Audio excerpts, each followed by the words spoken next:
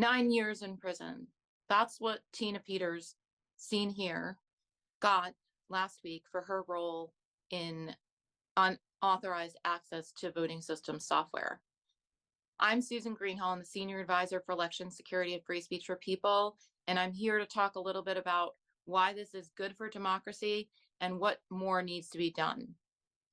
So you may have heard last week's Tina Peters, who was the clerk and recorder for Mesa County, Colorado, was sentenced to 9 years in an absolutely breathtaking excoriation by the judge for her role in allowing the unauthorized access to the voting system there and the unauthorized copying of the voting system software.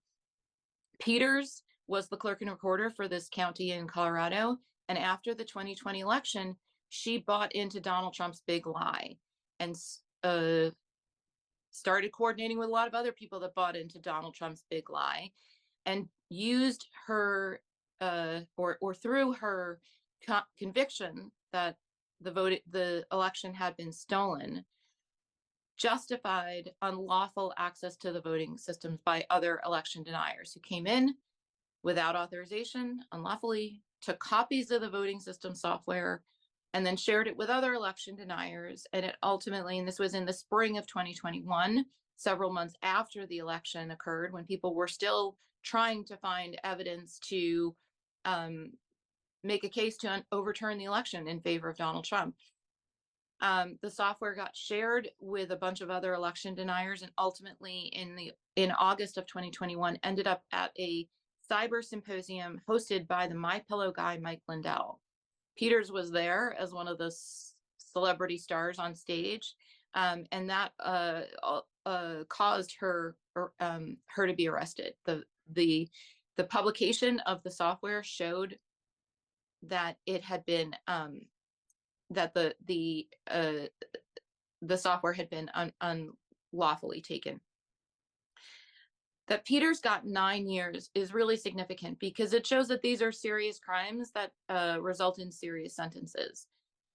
But the problem is, this was not an isolated incident.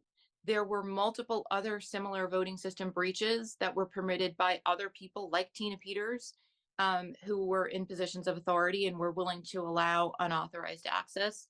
In Fulton County, Pennsylvania, there was a very similar breach, multiple breaches throughout 2021 and 2022. In Coffee County, Georgia, there was a similar breach on January 7th, 2021, and then follow-up days where people came back and accessed voting equipment. Many of the same people who received copies of what was taken in Mesa County, Colorado, as well as what was taken in Fulton County, Pennsylvania, many of the same people involved.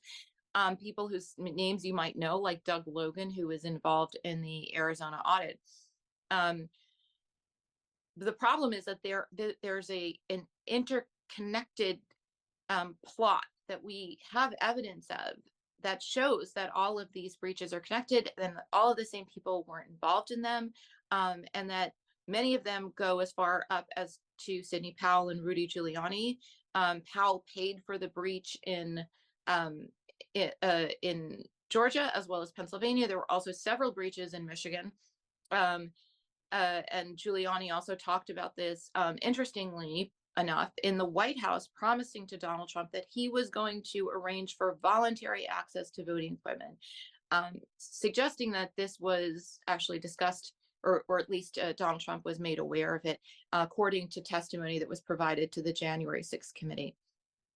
The big problem is that while there's been a few isolated attempts to hold people accountable, like what we've seen here in Mesa County, Colorado, with these serious charges, the Michigan Attorney General will be starting her case next week, October 21st, against Stephanie Lambert, who is allegedly involved in several breaches in Michigan.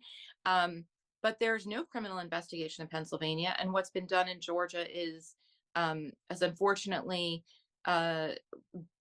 done. Most of the way it came out was through civil litigation, through private citizens that uncovered what happened. And the Georgia Attorney General has done absolutely nothing to hold anyone to account. Neither has the local prosecutor. The only law enforcement entity that's actually trying to hold anyone accountable there is Fani Willis in Atlanta.